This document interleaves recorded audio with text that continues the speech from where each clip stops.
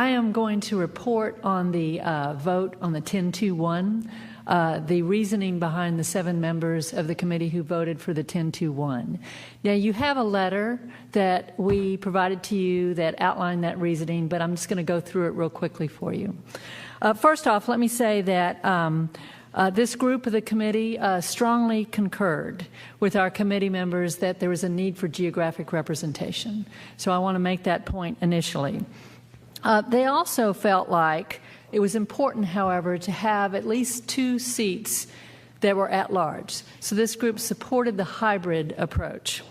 And I want to emphasize this last point. The group felt like it was absolutely critical, very, very important, that there be a consensus approach put on the ballot.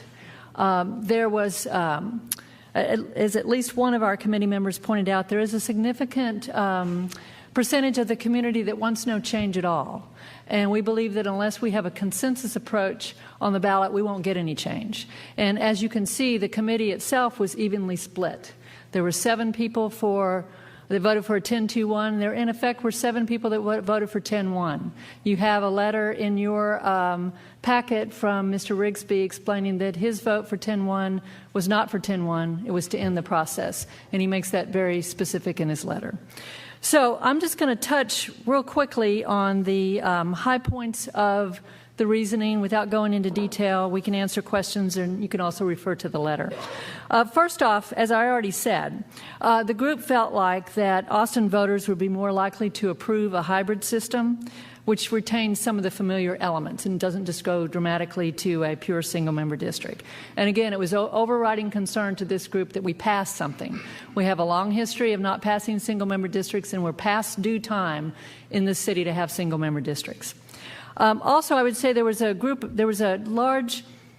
a number of reasons that related to the feeling that a hybrid approach would actually offer greater representation. And those were things like the thinking that retaining 2 at-large seats would allow voters to cast a ballot for up to 4 council seats, including the mayor, and to vote in every city election. We also felt like retaining 2 at-large seats would allow more than 1 highly qualified candidate from the same area to mount a successful run. So those were the kinds of things that we were talking about. Finally, I would say, and let me make this point again if I didn't before.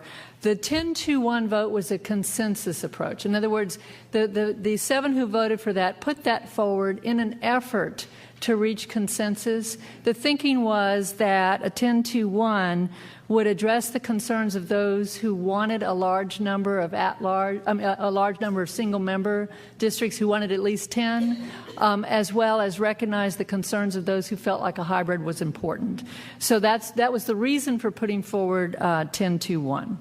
So finally, I would say that the group felt like that minority groups that are not geographically concentrated strongly believe that they will have a better opportunity to elect a representative in an at-large seat. And I just want to mention here that leaders of the Austin's Asian American community organizations, a number of the leading organizations in the Asian American community spoke uniformly and compellingly to the point in public hearings, as did some members of the African American community.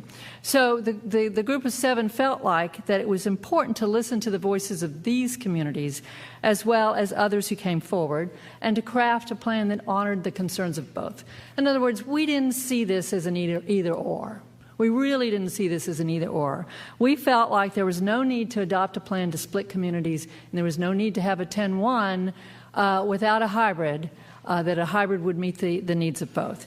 And I want to say that we have 2 members of the committee here, Richard Young and Fred McGee, who represent those communities and will speak briefly and report further on the thinking behind that particular reasoning.